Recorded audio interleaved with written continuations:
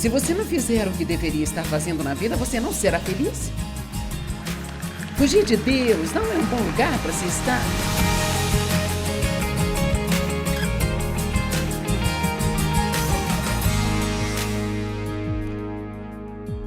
Gálatas 1:1-5. Paulo, apóstolo, não de homens, nem pelos homens, mas por Jesus Cristo e Deus Pai, que o levantou dos mortos. Paulo sempre deixa claro o fato de que ele não foi chamado por homens, nem por si mesmo, mas foi chamado por Deus para fazer o que ele estava fazendo. E deixe-me dizer, todos nós precisamos saber disso. O que quer que você faça, você precisa saber se é o que Deus quer que você faça. E não o que você quer fazer ou o que alguém quer que você faça. E isto vale para todos nós, tanto no âmbito do trabalho, quanto na igreja. Se você se tornou, sei lá, um advogado, porque seu pai queria que você fosse um, e você nunca pensou em ser um advogado, nunca quis ser um advogado, e você odiou a faculdade de direito, e você não tem alegria, é provável que você não esteja fazendo o que realmente está no seu coração. Você está fazendo o que alguém quis que você fizesse? E sabe, às vezes os pais podem ser muito bons em tentar realizar os seus sonhos através dos seus filhos. Ok. Verso 3. A vocês graça e paz da parte de Deus Pai e do Senhor Jesus Cristo. Eles se cumprimentavam de um jeito diferente do nosso? Graça e paz seja com você em nome do nosso Senhor Jesus Cristo. E não, ei irmão, e aí? Beleza? Ei, oi.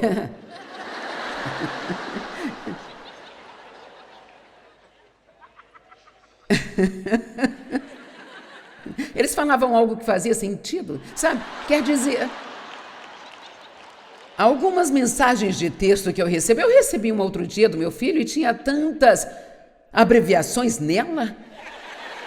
Eu não conseguia entender do que ele estava falando, sabe? Eu tive que ligar para ele e perguntar, aqui, do que você está falando afinal?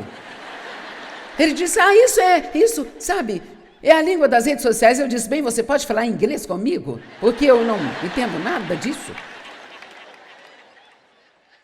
Eu não tenho tempo para decifrar, já que agora, ok, é apenas K.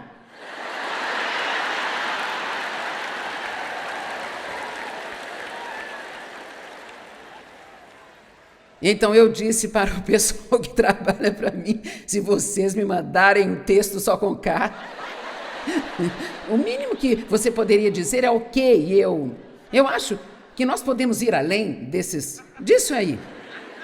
Senhor, eu preciso pregar em Gálatas, tem tanto assunto e eu não estou fazendo direito.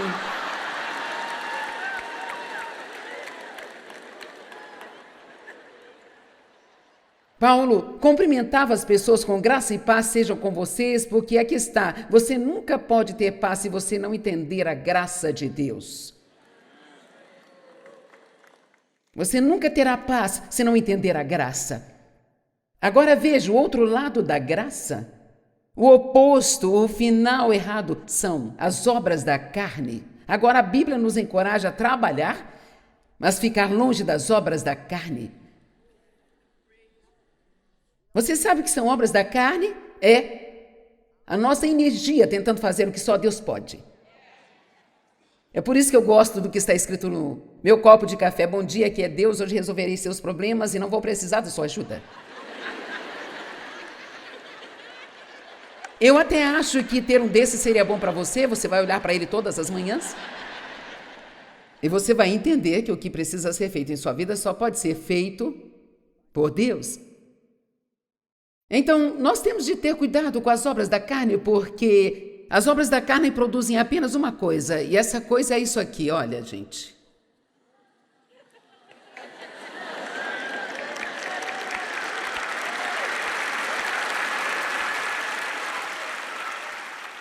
Então, toda vez que você se sente frustrado, é porque você está tentando fazer algo que não pode fazer por conta própria.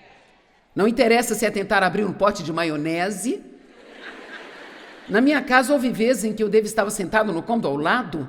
Hoje eu não faço isso, eu fiquei mais esperta, mas Eu tinha que conseguir abrir. Eu não peço, eu vou abrir isso. Eu batia no pote, eu sacudia o pote e estragava tudo. E ficava frustrada demais.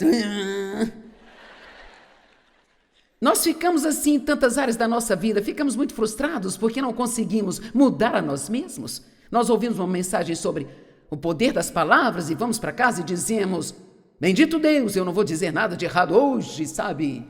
Eu vou...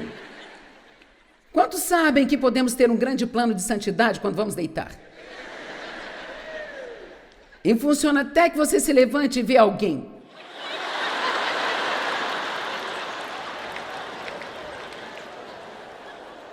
É impressionante o quão santos podemos ser até aparecer alguém. Amém? E se você não entende a graça, se você não entende que nós não podemos fazer o que só Deus pode, Ele quer que vivamos pela fé, que nos apoiemos e confiemos nele, e que nós confiemos nele para fazer em nós o que precisa ser feito. Eu amo que Davi orou: ó Deus, coloque um freio na minha boca para que eu não peque contra ti com a minha língua.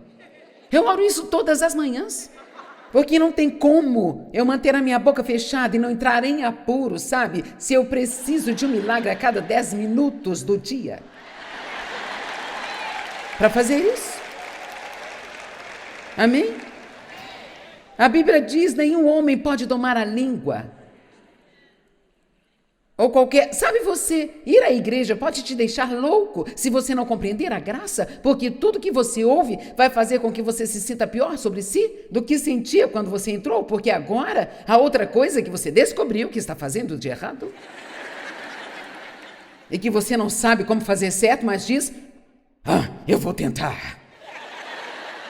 Deus, eu tenho que tentar. E eu tentei quase até morrer. Eu fiz tanto jejum que eu fiquei seca, sabe, gente?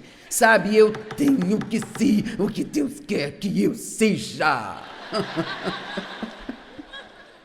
E Deus está sentado dizendo: me avise quando terminar. Me avise quando estiver pronta para alguma ajuda.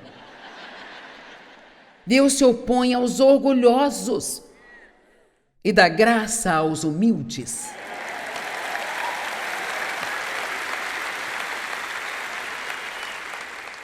O justo viverá pela fé. Eis que a alma dele está orgulhosa. Abacuque 2:4. A sua alma não está reta nele, mas o justo viverá pela fé. Não faça algo se tenha consciência culpada por fazê-lo. Eu ouvi isso.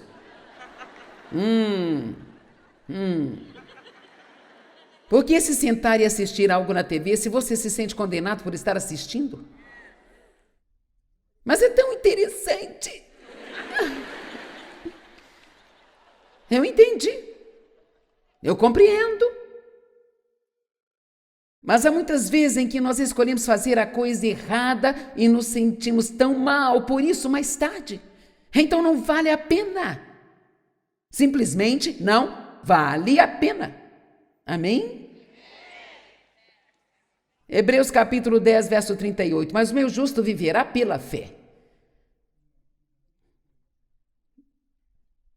Gálatas 2:20, Paulo disse: eu fui crucificado com Cristo, já não sou eu quem vivo, mas Cristo vive em mim, e a vida que eu tenho agora, eu vivo pela fé. Pela fé. 2 Coríntios 5:7, porque andamos pela fé e não por vista. Aqui está uma passagem que deve nos trazer um pouco de temor, Romanos 14:23, tudo que não é pela fé é pecado. Bem, a menos que você possa reclamar pela fé, isso significa que reclamar é pecado. A menos que você possa fofocar pela fé. Vamos lá. Isso não é difícil, todos nós podemos entender. Há tantas coisas que nós fazemos que não podemos dizer que estamos fazendo pela fé. Nós não podemos dizer que estamos fazendo com a aprovação de Deus. E essas são coisas que, se você quer viver debaixo da graça, essas são coisas que você precisa eliminar da sua vida, porque é o Espírito Santo que está incomodando você. Viver pela graça significa ser conduzido pelo Espírito Santo, não pela lei, mas pelo Espírito Santo.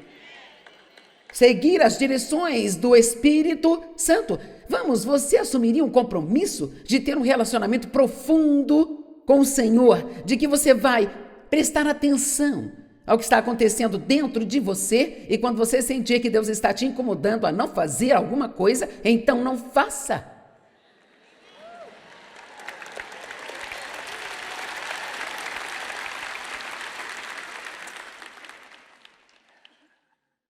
Teve uma garota semana passada, ela me trouxe uma pergunta muito interessante. Ela falou de um mover. Esta menina é cristã. Ela falou de um mover e diz que quando ela era adolescente, ela chegou bem perto de se envolver com esse mover. E ela disse, aquilo me fascinou.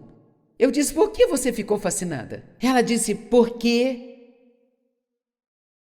as pessoas de lá, e é uma igreja grande, eu não vou falar do nome dela aqui. Ela disse, as pessoas são muito comprometidas com o que elas acreditam. Elas são gentis, elas são boas para as pessoas, elas são educadas. Elas têm que dar o dízimo se vão fazer parte da igreja, então todos fazem isso. Eles são muito comprometidos em testemunhar e compartilhar a sua fé com outras pessoas. Então ela disse, eu cheguei ao ponto em que eu pensei, bem, se nós estamos certos, se são os cristãos que têm a verdade, nós estamos certos, então, por que tantas pessoas não praticam o que dizem que acreditam?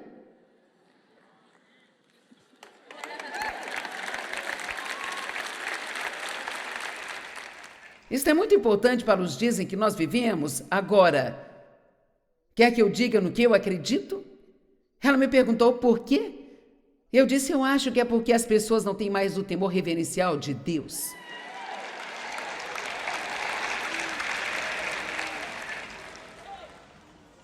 Agora veja, nós aprendemos a não ter medo de Deus. O perfeito amor lança fora o medo. Quando conhecemos o perfeito amor que Deus tem por nós, não precisamos ter medo de Deus ou medo de que Ele vá nos punir. Mas todos nós precisamos ter o temor reverencial, que basicamente diz Deus é Deus e Ele quer dizer o que Ele diz. Então, se Ele diz, faça isso, você será abençoado, faça aquilo e você não vai gostar muito da sua vida, então, é como vai ser e é melhor eu ouvir.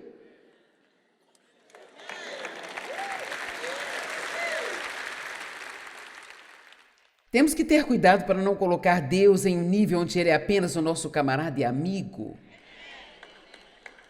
Ele é seu amigo, mas Ele é Deus. Todo-poderoso, soberano, onipotente, onisciente, onipresente. Deus, o nosso Deus é um fogo consumidor. Amém? E nós somos salvos pela graça, mas em Filipenses 2 diz, agora, opere a sua própria salvação com temor e tremor, não pela sua própria força, mas em tudo, deixe Deus te ajudar. O que significa operar a sua própria salvação? Não significa trabalhar pela salvação. Significa que a salvação é um presente e vem para você em seu espírito. Seu espírito é feito santo, você é santificado, é justificado com Deus. Nada no seu espírito precisa melhorar. É por isso que nós podemos dizer, eu sou a justiça de Deus em Cristo, eu sou santo, eu fui santificado, porque você é todas estas coisas em seu espírito. Deus não poderia viver no seu espírito se Ele não limpasse totalmente o local primeiro. Estão comigo? Mas agora, no resto da nossa vida, o trabalho que temos que fazer é trabalhar com o Espírito Santo e deixar que o que Deus nos deu, este grande presente que Ele deu a nós, possa trabalhar operando a sua salvação. E você faz com temor e tremor, sabendo que esse é um trabalho de Deus.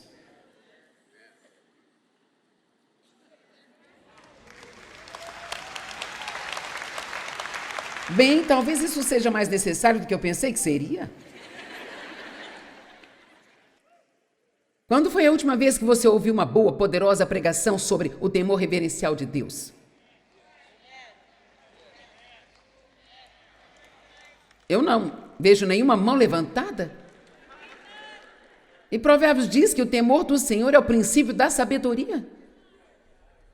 Não é ter medo de Deus. Eu realmente não tenho medo de que Ele vá me ferir. Se eu fizer algo errado, eu não tenho medo de ir para o inferno, eu não tenho medo de que Deus me castigue, mas eu creio que as promessas de Deus têm condições associadas a elas, sabe? Eu creio que eu vou colher o que eu plantei. Esta é uma lei bíblica. Então, sim, eu tenho medo de não fazer o que Deus me diz para fazer, porque eu não quero perder a melhor vida que Ele conquistou para mim.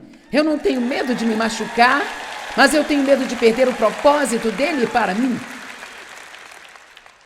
O melhor exemplo prático que eu posso dar é quando nossos filhos estavam crescendo. Se o David dissesse, vocês estão de castigo por 2 semanas, eles ficavam por 2 semanas. Se eu dissesse...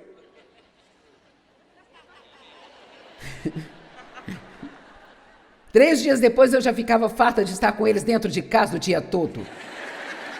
É fácil para um homem colocar seus filhos de castigo por 2 semanas, sair para trabalhar e deixá-la trancada com eles em casa? Amém? Eu me sentia mal, ficava com dó deles, então dizia, você aprendeu a lição, então eu vou deixar você sair, viu? Mas sabe o quê? Eles amavam a mim, mas eles tinham temor reverencial pelo Dave. Quantos sabem o que eu quero dizer? E então, quando Deus diz algo, Ele está falando muito sério. Estão comigo? Ele está falando sério. E se Ele diz que é fiel, Ele é fiel. Se Ele disser, faça isso, você será abençoado. Se você fizer isso, pode anotar, você será abençoado. Mas se Ele disser, não faça isso, senão não vai ser abençoado, então você pode escrever também. Eu me espanto e sempre pondero como ministra coisas que às vezes eu não quero julgar, mas eu não entendo. Quando talvez alguma coisa apareça sobre um ministro que estava tendo um caso ou o que quer que seja nos últimos 3 anos, eu não consigo entender como alguém pôde fazer aquilo e subir no púlpito e pregar. Eu teria ficado petrificada ao fazer isso. E sabe só, nós lidamos com coisas santas, lidamos com a palavra de Deus, é ficar na frente do povo de Deus e ser um exemplo. Agora eu sei que somos humanos, podemos cometer erros, mas pelo menos se você vai fazer algo assim, não faça isso atrás de um púlpito. Esse é um lugar sagrado para Deus, sem nenhum temor reverencial. Vocês estão me entendendo? Então, sim, estamos livres da lei, vivemos debaixo da graça. E graças a Deus nós vivemos na dispensação da graça. Eu amo a graça, eu amo a misericórdia de Deus. Eu amo saber que os meus pecados foram perdoados e que Deus nunca vai desistir de mim. Mas também amo a Deus o bastante para honrá-lo em todos os momentos da minha vida, tentando fazer o que acredito que Ele quer que eu faça, não porque eu tenho medo de que Ele fique bravo comigo se eu não fizer. Deus não quer que tentemos fazer o que é certo para que Ele nos ame. Ele quer que nós o amemos tanto e porque Ele nos ama, nós queremos fazer o que é certo. E então, nós trabalhamos para fazer o que é certo, porque é certo. Uma das coisas mais importantes no capítulo 1 de Gálatas está no verso 10. Gálatas 1:10. Paulo disse, se eu estivesse procurando ser popular com as pessoas, Ou se eu estivesse procurando a aprovação dos homens, estou eu procurando a aprovação dos homens ou de Deus? Se eu ainda estivesse tentando agradar aos homens, eu não seria mais o servo de Cristo Jesus? Uau! Ele tem uma grande seção aqui sobre agradar as pessoas. Que se eu viver tentando agradar as pessoas em vez de agradar a Deus, eu vou perder tudo aquilo que Deus tem para mim na minha vida. Vamos lá. Vamos ler Gálatas 1, do 10 ao 24. Acaso estou eu procurando a aprovação dos homens ou de Deus? Ou estou tentando agradar aos homens? Se eu ainda tentasse agradar aos homens, agora eu não seria um servo de Cristo? Porque quero que saibam, meus irmãos, que o evangelho que foi pregado por mim não é o evangelho dos homens. Porque eu não o recebi de homem nenhum, nem fui ensinado, mas eu o recebi por uma revelação de Jesus Cristo. Pois vocês ouviram da minha vida anterior no judaísmo como eu persegui a igreja de Deus e violentamente tentei destruí-la. Eu estava avançando no judaísmo muito além de outros da minha idade entre o meu povo, sendo extremamente zeloso pelas tradições dos meus pais. Mas quando ele que me separou antes de eu nascer, veja, você foi separado para algo antes de você nascer? Amém? Cada um de nós fomos separados para fazer algo antes de nascermos. Quando ele me chamou por sua graça e teve o prazer de revelar o seu Filho Jesus a mim, para que eu pudesse pregá-lo entre os gentios, agora olhe a última linha do versículo 16. Imediatamente eu não consultei a ninguém. Eu amo isso. Ele disse, quando Deus me chamou, eu não perguntei a 10 pessoas se elas achavam que estava bem.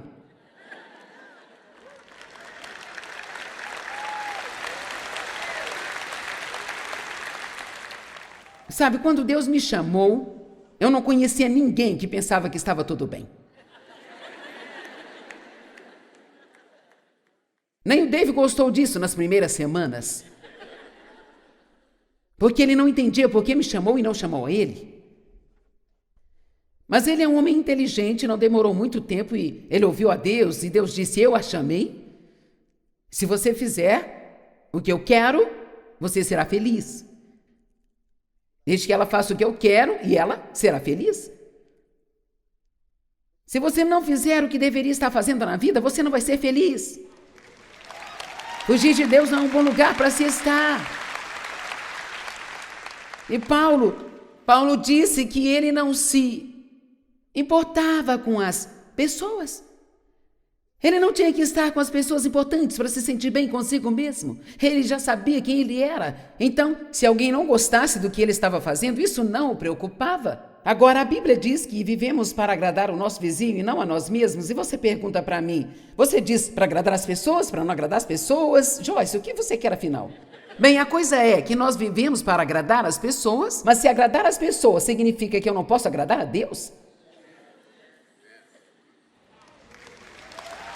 Ok, eu vou dar um exemplo num minuto e ver o que acontece. Uma mulher casada com um homem não salvo. Ele se recusa a deixá-la ir à igreja. O que ela deve fazer? Ir a si mesmo. Você diz por quê? Porque é algo que Deus a chamou para fazer. A mulher de Smith Wickles fez isso. Ele foi um grande pregador, um grande homem de fé. Depois ele foi, mas ele dizia à sua esposa que ela não podia ir e toda vez que ela ia, ele a trancava do lado de fora da casa. Ela dormia na área de serviço. E de manhã, quando ele a deixava entrar, ela dizia, bom dia, Smith, fazia um delicioso café da manhã para ele, ela era tão doce. E assim ele acabou sendo salvo e se tornou um fantástico pregador. Deixe-me dizer, quando alguém diz para você não ler a sua Bíblia, não ir à igreja e todas essas coisas, eles não vão respeitar você se não fizer o que você sabe que é certo no seu coração.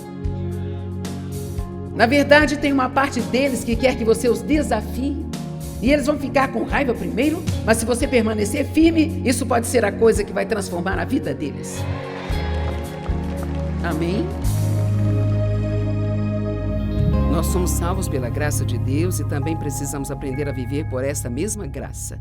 Caminhamos por fé e recebemos a graça de Deus para nos ajudar a fazer tudo o que fazemos.